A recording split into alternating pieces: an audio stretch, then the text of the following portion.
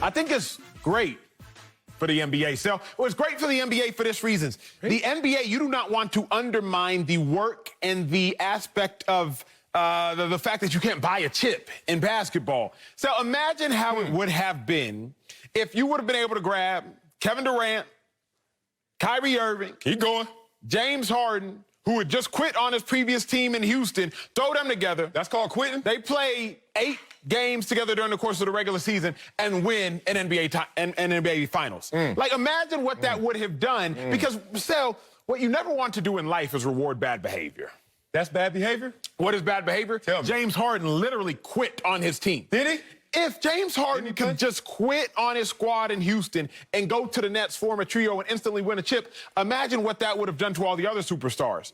If I'm Dame Lillard, I might start the season in Portland, but you know what? I ain't spending another year here. Imagine what that does to other superstars and organizations where they know they cannot necessarily win a title. That's terrible. Second thing, I love when it maintains the truth. Success comes before work, only in a dictionary. I love that truth. Yeah, that's real. Success comes before work, only in the dictionary. Your kids, though. My kid, MJ, boy, that boy's successful right now. You see whether But you know what? He's winning. I love when that maintains its truth. And the fact is, I'm not going to say that the Nets did not work, but the Nets did not work in the same manner that other people did. Because here's what we will never know. All those games Kevin Durant missed, did he need to miss them? I know you told me that he was only taking some games off because it was a regular season. All those games that Kyrie tapped out of, did he need to tap out of those? James Harden, you really did just step out on your squad in Houston. How they feel about that? I love the fact that there's still the integrity. But I think, Sel, the biggest point has to be this. From 2015 to 2018, the first tip-off that occurred in October till the end of June when the NBA Finals were played, we knew that the Warriors were going to face the Cavs. The 82 games did not matter. None of them Christmas Day games, oh, my God, Christmas. Nothing else mattered because we knew that when it was all said and done, the Warriors were going to face the Cavs. We didn't know who was going to win, but we knew the Warriors were going to face the Cavs for 4 consecutive years. So what am I going to watch the regular season for? That made the regular season meaningless. If you can throw the Nets together, they only play 8 games together, and instantly win a chip, of course they're going to at least go back next year. So what does that do for the regular season next year? We're like, well, we already know what's going to happen in June, what's going to happen in July, so I'm really not worried about it. The integrity of the sport is still maintained. Oh, man, you are so articulate. Sometimes I even get caught in believing what you're saying because I know damn well that's not how you digest sports because you're a former athlete. This is bad for the NBA that the Nets didn't win. And I love the look in your eyes right now because it's of keen interest to where I'm going with this. Sports are best digested 2 ways. David versus Goliath. Rocky. I mean, come on, man. Hey, Rocco! Down the street jogger getting fish. Next thing you know, he in there fighting for the championship versus a Goliath, right? David versus Goliath. Or, what we rarely see, Goliath versus Goliath. Yankees, Red Sox. Oh, we got it. Cowboys. Can y'all do y'all part? Cowboys and you know about that? Cowboys and Steelers or something like that. Something crazy. So let's get back to the NBA, why this is bad. Because it's opening up Pandora's box in terms of issue. It's bad because the NBA, you just got exposed to those that don't know you, but I know you, NBA.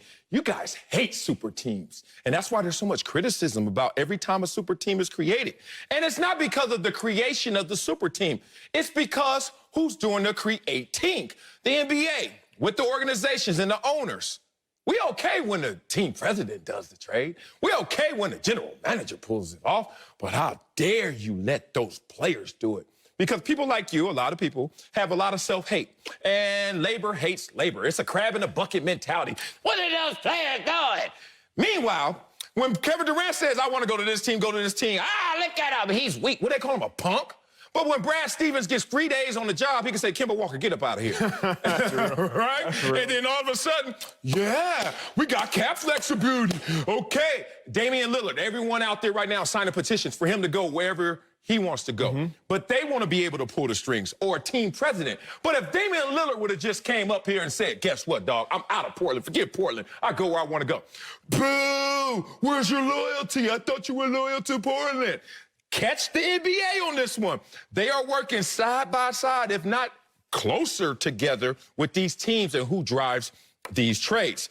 The second part is, and this is sad, it exposes that what LeBron was trying to lead to in terms of this shortened season and all the injuries. And people don't understand what really was at play. LeBron was actually correct in some degree, to some degree. 0.3% injury increase rate. 0.3%. Think about it. That's not enough for you to go out there and profess that there's an injury issue, but there is a slight increase. So, LeBron, you're this much correct in your stance. But what it means to the NBA, what it means to the Brooklyn Nets, one, we lost star power. Damn it. You trying to tell me how many signature shoes we got left? And don't count Giannis in that thing. How many signatures? Hella asked me that. I was like, I don't even know. How many shoes left in the damn NBA conference finals right now? CP got any? Man, hell nah. Not that I know of. He might. I ain't trying to slight him. He got more money than me. But I don't know anybody's shoes that my kid... Put it this way. My son watch all these games. He ain't going to want none of them shoes. That's the problem. So, NBA, you're losing in that. I'm going to get to LeBron's point in terms of shortened season, but the shortened season, it was, once again, miscalculated. Let me say miscalculated. That's the word. LeBron tried to say something that it wasn't, and the NBA countered that point. But the point is, that affected what the Brooklyn Nets were able to pull out. People like you with your narratives talking about, they always hurt. Oh, it was a shortened season, so they're hurt again. That's the problem with this. So this is all bad. You lost star power. You claimed it was because of a shortened season, at least the players did. And more importantly, y'all mad at the players for doing what the GMs do all day. I love that point. You're mad at the players for doing what the GMs do, but here's how I look at it, Sel. You got a team in the Milwaukee Bucks who has Giannis, who's been there for, I believe, 8 years. Chris Middleton been there for 8 years as well. 2013, Chris Middleton goes from Detroit to Milwaukee, and obviously we know Giannis's background, his backstory. They've been chopping wood with an axe that they had to sharpen themselves. Yeah. And then you're going to get the Brooklyn Nets come over here with something electric, and they just and mow it down. No, sir. That's not good for the league. But the other thing, Stel, is this. The Houston Rockets were a competent, interesting franchise with James Harden. Okay. James Harden has a plethora of fans that he takes with him. Kyrie Irving has a plethora of fans that he takes with him. Kevin Durant has a plethora of fans that he takes with him. Now, you're going to take three different players that have three different fan bases across three different parts of the country. Remember, Kevin Durant was in Golden State, James Harden's in the South in Houston, Kyrie Irving was in Boston, he was in Cleveland, now he's in Brooklyn, and you're going to move them all to one central place. So now you look at the Houston Rockets, they turn into the worst team in the NBA as opposed to a team that's usually getting to the second round of the playoffs. Now you look at Kevin Durant. Now, obviously, we know Golden State was going to be great regardless, but wherever Kevin Durant would have gone would have made a team competent. And you take all that star power from three different aspects and parts of the country, and you move them to one place. If they go to one place and they instantly win, problematic. But the further problem is this. The only thing that can beat a super team is what? Another super team. Yeah. So now, rather than having parity throughout the NBA, you got a super team. But the only way to beat a super team is with another super team. So if you want to win a title, you got to go form another super team. So now, if you want to compete with those super teams, you got to go form another super team. Then as you look at it, you have 3, 4 dominant franchises in the NBA, and everybody else is just scrapping and clawing for a lottery pick to hopefully try to become dominant in the next half decade or so. Instead, man, Acho. Now you look at who's in the playoffs still.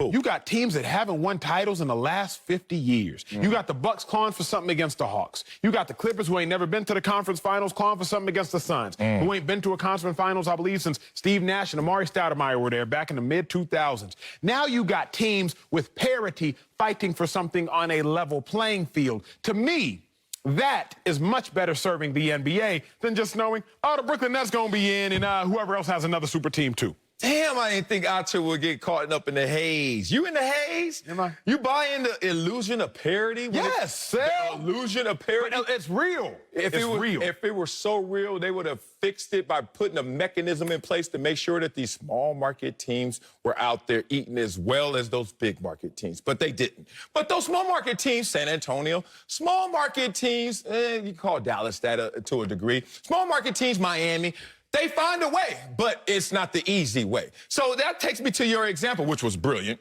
of they came through with the electric song when you got there, right?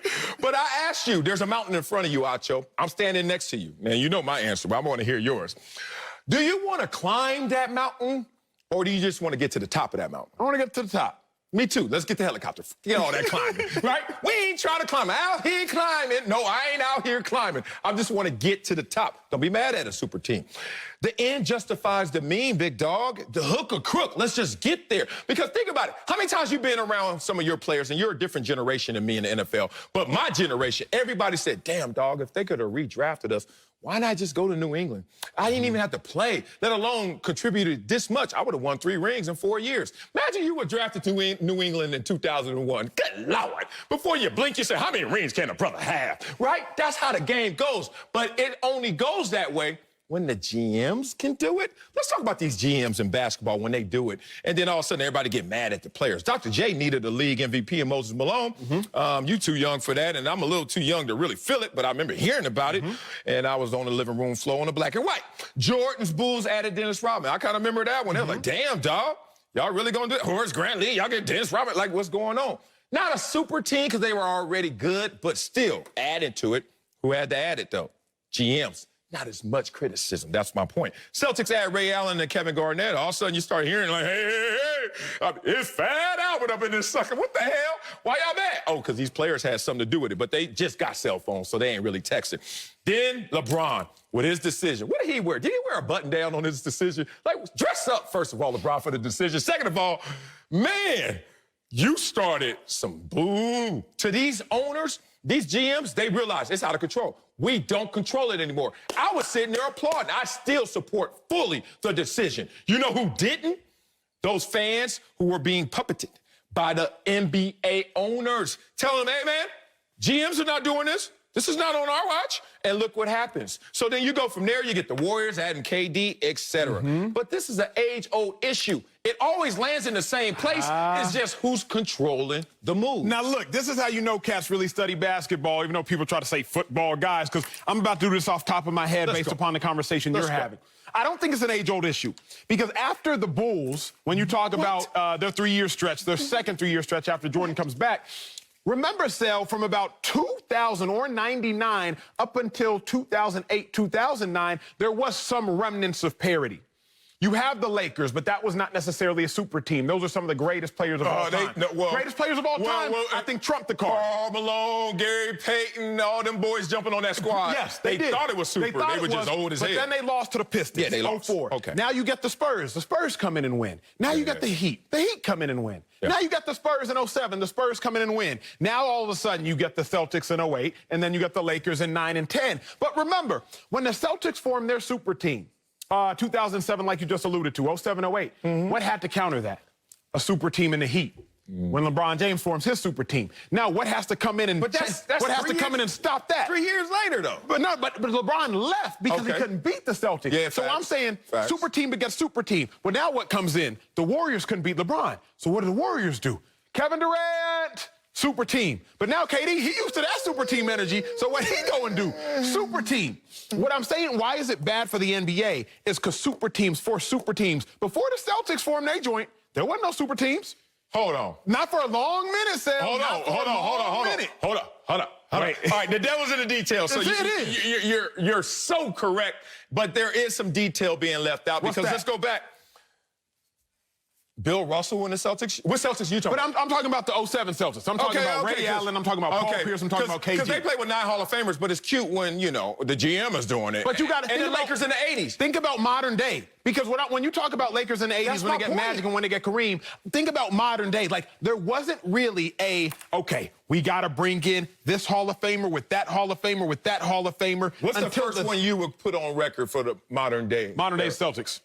That's modern my days of point. Celtics. Don't you see? The 07 Celtics. Don't you see the convergence of, oh, we're going to call it something different, even though it's the same damn thing? They had 9 Hall of Famers on this team, but a general manager did it. We ain't going to call that nothing. That ain't a super team. What the hell it is? Oh, we had the Lakers going out there and against the Celtics. Lakers had 3 Hall of Famers. We ain't gonna call that nothing. But we're gonna wait till the players got a little say in this, and then we're gonna call it super team. Let's go here. Come on, man. I think the best thing then is when super teams get knocked off. Because let's start in the 2000s, right? I'm not gonna go to before I was born. Let's start in the 2000s. Why did the Lakers super team end? They got knocked off by the Pistons. Now, they had beef between Kobe and Shaq, but remember, you brought it up. Kobe, Shaq, Peyton, and Malone get knocked off by the Pistons. Super team ends. Why isn't he super team end? They get knocked off by the Spurs. 14. Warriors super team only ended. In theory, you could say they got knocked off by the Raptors, but there was also beef. Whenever these super teams get knocked off, it brings up a little twist in the league, which I think is at least better for the league than just seeing Warriors-Cavs 4 years straight. Warriors-Cavs 4 years straight. At least all of a sudden, super team ends, there has to be some change up, and now we start looking around. Ooh, we got some interest in the league. The Nets losing makes us still keep that interest to what's next, who's next, or at least the Nets got to keep fighting. I wish the ratings supported that, but we saw what the finals ratings were when we're getting out of this super teams, or the super teams are injured, or the super teams are broken up, or they turn into asteroids. So when they did have super teams, and they didn't want to call it a super team because the general manager still had to say the end game, it was stronger than the NBA than it is now. I ain't even going to get into my hijacking point about LeBron lying about these injuries, but I'll do that another Let me ask you this, because I was thinking about this while you were talking and driving in the Well, then I'm going to do it then. I think the greatest of all time, or players that are in the conversations of greatest all time, don't you think they are immune from being in a super team conversation? Meaning, we could argue that the Bucks Tampa Bay Buccaneers formed a super team this year. But don't you think when you add like a Tom Brady in the mix, that he's kind of immune from being in a conversation of super team because he's just that good that he will make any team he goes to great?